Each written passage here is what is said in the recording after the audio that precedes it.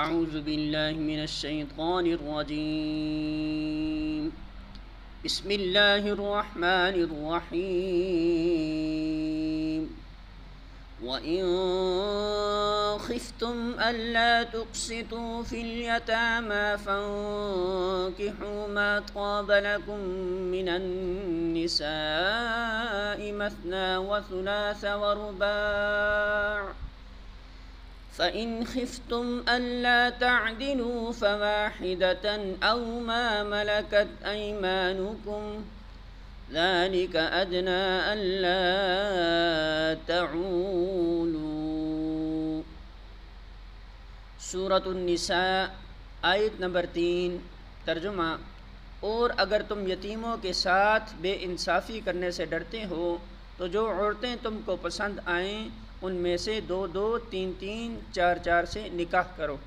لیکن اگر تمہیں اندیشہ ہو کہ ان کے ساتھ عدل نہ کر سکو گے تو پھر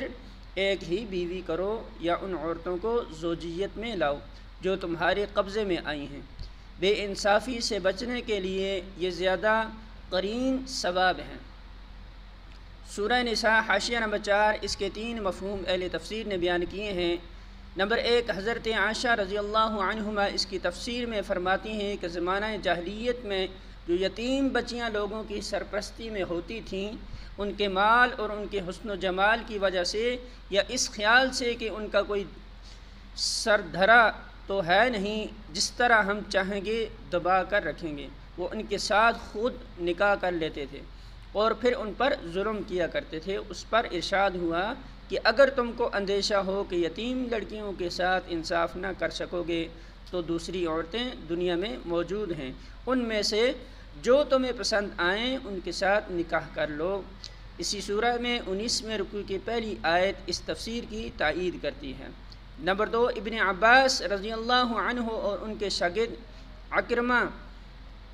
اس کی تفسیر یہ بیان کرتے ہیں کہ جاہلیت میں نکاح کی کوئی حد نہ تھی، ایک ایک شخص 10-10 بیویاں کر لیتا تھا، اور جب اس کثرت ازواج سے مصارف بڑھ جاتے تھے تو مجبور ہو کر اپنے یتیم بھتیجوں، بھانجوں اور دوسرے بے بس عزیزوں کے حقوق پر دست درازی کرتا تھا۔ اس پر اللہ تعالیٰ نے نکاح کے لیے 4 کی حد مقرر کر دی اور فرمایا کہ ظلم و بے انصافی سے بچنے کی صورت یہ ہے کہ 1 سے لے کر 4 تک اتنی بیویاں کرو جن کے ساتھ تم عدل پر قائم رہ سکو۔